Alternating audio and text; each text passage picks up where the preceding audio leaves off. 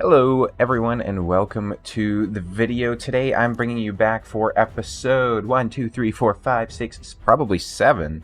No, sorry, I counted wrong. About episode 6 of my ranking every faction epic in the game. So every epic from every faction, I guess I should say, in the game. We're putting them on a tier list and we're getting through this. So today it is going to be Lizardmen. In the game today we have a special event, which is the summon pool. So these are kind of like a special resource that we haven't really seen before. You get them through tournaments or, with your wallet. And it gives you a chance to summon champions that are only shown here. So you'll get only these rares, only these epics, and only these legendaries, essentially. And then, of course, with the stats here, it does give you about a 40% chance that you're essentially just pulling a Sacred Shard, because Sacred Shards give you the epics, obviously, and then they give you the legendary champion too. So I don't think it's quite as good as pulling a Sacred, though. Yeah, no, it's only half the chance to get a legendary, but realistically you're getting a pretty good chance at an epic too, but you're probably just going to end up getting these rares. I want to know what you guys think of this. Do you guys find this useful? Do you find this a little bit meh? Do you like it? Do you hate it? What's the deal there? I do think actually I like it. It gives a lot of folks the chance to actually catch up if you maybe don't have some of these champions. A lot of these were fusions actually, like Herndig and Brogni were both fusions, I believe. Geomancer, I think there's been a guaranteed event for at some point. Lots of champions from the new faction in here. Some really good champions like Ornn as well. Again, just let me know what you guys think down below. I would love to hear your opinions. What we're doing today, though, again, Epic Lizardmen. We're going to go ahead, hop into ranking it. I got my tier maker right here. We're going to be placing all these champions on here, and I got my phone on the side, of course, so if you see me looking over there, it's just so I remember where I put them. But we're going to start with Jurang. He has an attacks one enemy, ignoring 25% of the defense, attacks one enemy 2 times, 100% chance of placing a stun for 1 turn, and 3 times at random, 100% chance of placing a decreased attack and decreased defense. Overall, not a bad champion. Ally speed in dungeons by 23%. That is a pretty strong aura. This champion, though, I am actually just going to go ahead and place into the C tier. As always, C tier is going to be kind of the place that's reserved for damage dealers that don't really do much above and beyond that. That champion, I imagine, would be pretty good for the clan boss, but again, not much apart from that. We have Jurag here, very similar to Jurang in terms of the name at least. Attacks one enemy, has a 45, 55, 60% chance of placing a decreased attack, places a 50% ally protection and an increased defense buff on all allies for 2 turns. This is on a 4-turn cooldown, and he places a continuous heal buff on an ally for 1 turn whenever they lose 20% or more of their max HP in 1 hit. Ally HP in all battles by 33%. Overall, this is actually not a bad champion. He's going to work his way up into the B tier.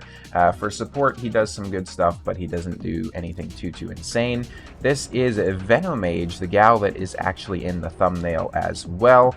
Her A1 attacks one enemy 2 times, destroying the target's max HP by 75% of the damage inflicted if they're under a heal reduction. Each hit also has a 35% chance of of activating up to 25%. Oh my god, I cannot talk today. Let's try that again. Each hit has a 35% chance of activating up to 2 poison debuffs on the target. My brain is just not functional today. She attacks one enemy, 100% chance of placing a decreased defense, also places a decreased attack if they're under a poison, and her A3, which is the big money skill, attacks all enemies, 100% chance of placing a heal reduction for 3 turns, as well as 5% poison for 2 turns. This is on a 3-turn cooldown, and enemies under heal reduction inflict 15% less damage. Overall, this is a fantastic champion. She also has an accuracy aura in all battles. This champion is, without question, going into the S tier, which is quite a feat considering that realistically she's pretty much just a damage dealer. I think she's listed, yeah, as a support champion, but she is absolutely fantastic with all those poisons she's putting out there. You throw her into regen and immortal gear, and she can solo a lot of content, including some Doom Tower bosses like the Scarabs, so she is fantastic. Basilisk. He has an AoE A1, placing an increased attack on himself if the attack is critical. Attacks one enemy, places a stun, and revives him to 30% HP when killed, and places a block damage buff for 1 turn on a 6-turn cooldown. Overall, this champion is not too bad. He is actually going to go ahead and make his way into the B tier. I do certainly like how he has that revive on death. I also like his AoE A1, so you can put him in a stun set or a freeze set, or not a freeze set, sorry, like a daze set if you want to go for the sleeps for some reason. We have Aox. Absolutely fantastic looking champion. I really love like the Aztec-esque headdress he's got going on here, which is pretty cool. He has attacks one enemy 2 times. Each hit has a 30% chance placing a big poison. Attacks one enemy, heals all allies by 10% of their max HP, and heals each one by an additional 2.5% for each debuff on the target. That's on a 3-turn cooldown, not a bad skill.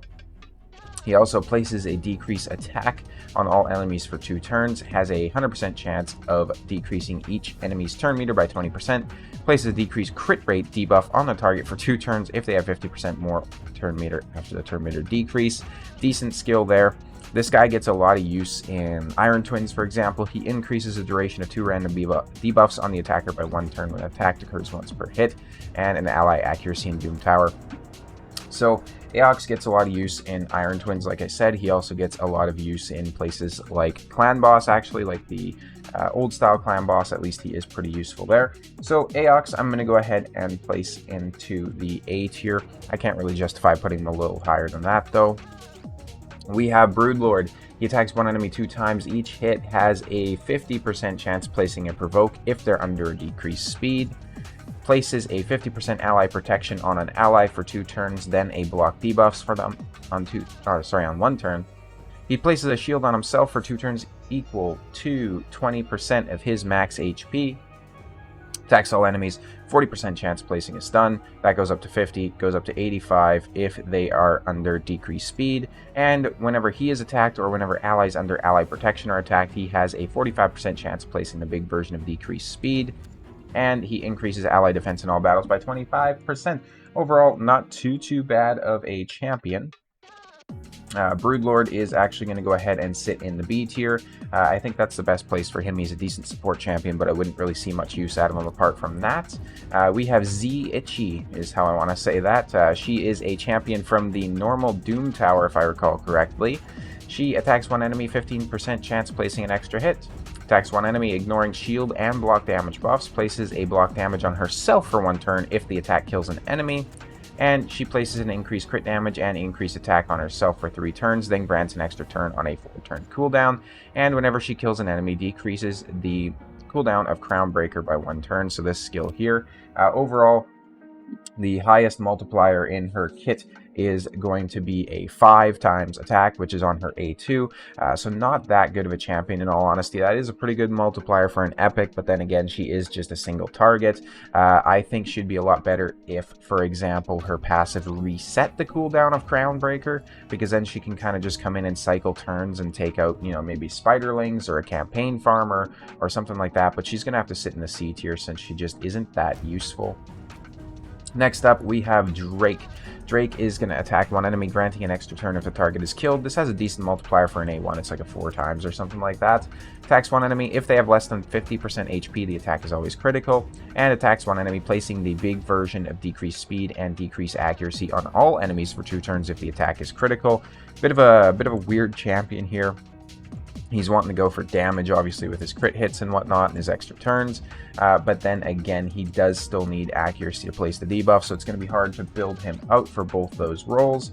Drake is going to go ahead and have the honor of, spoiler alert, being the only champion in the F tier on this tier list. I think he fits in there perfectly.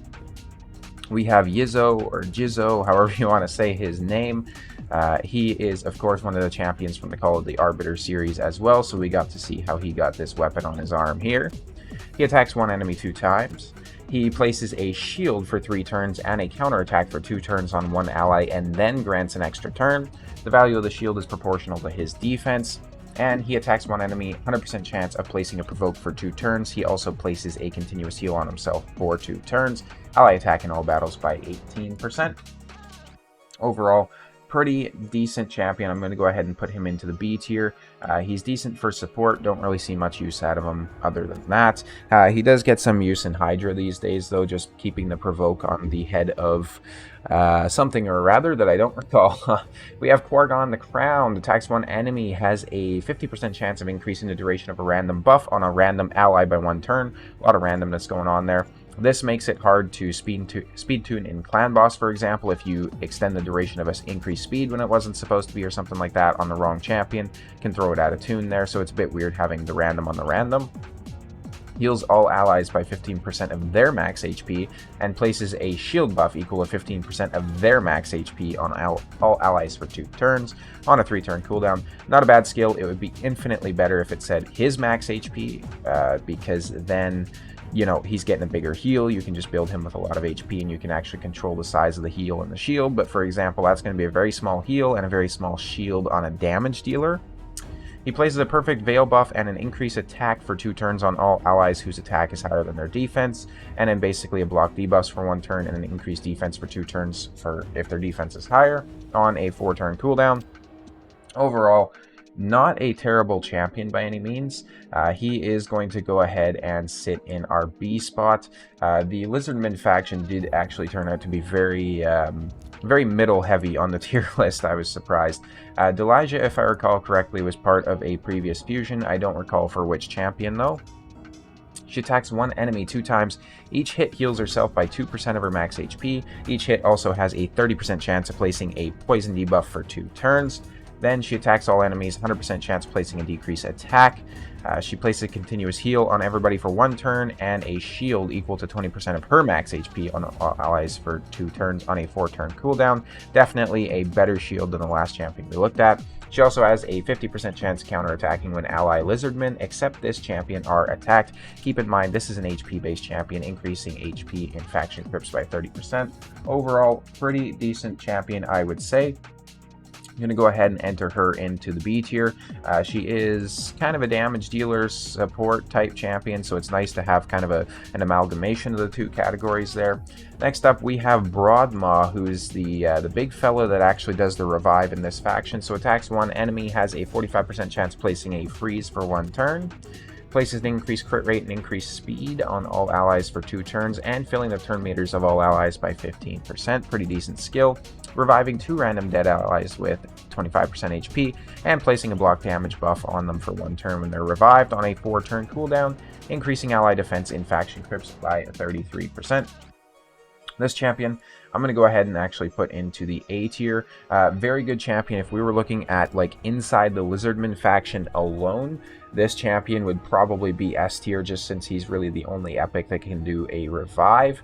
However, since we're also including other factions, I just really can't justify having that champion ranked higher than A tier. Definitely does not deserve to be in the S tier with someone like a Ursala the Mourner, for example, right? Like, she just does that job so much better. Last up, we have Skathix. Attacks 1 enemy, 50% chance of placing the big version of decreased speed. Attacks all enemies, 100% chance of stealing 1 random buff from each enemy. This is fantastic because he's stealing the buffs. You put him in a protection set, and now those are protected stolen buffs. Pretty nice champion here. Removes all debuffs, then places a block debuffs and a shield for 2 turns. The shield is equal to 20% of his max HP, so that's the kind of shields that we want to see. And places a block damage on himself for 1 turn when their HP drops below 30%. So this is a bit weird, and one thing I want to call out about this, because I don't know if it's intentional or not, but this champion will only place that block damage if he's alive after the hit. So what I mean by that is, it's not like a Swift Parry set, for example. Swift Parry, basically, it has a 50% chance of placing an unkillable. You take a hit that's going to kill you, it still has that 50%. This guy, you take a hit that's going to kill you, he dies. It doesn't place the block damage. What has to happen is he has to take a hit that does not kill him, but it drops him below 30% HP, then it places the block damage. So it's not that whole kind of like Swift Parry thing that I thought it would be. I actually built this champion out and took him to 60 because I thought he'd be fantastic for an Arena Go second team because of that, but then I was kind of clickbaited, and he's not actually that good of a, not that good of a passive, so just something there for Plarium to be aware of, I guess. But all that being said, this champion is still going to go ahead and sit inside the S tier. I think he is a fantastic champion, useful in a lot of different areas of the game. So here is the overall tier list. If anyone is interested to see that, I would like to thank you guys all so much for watching the video, and I'll see you next time.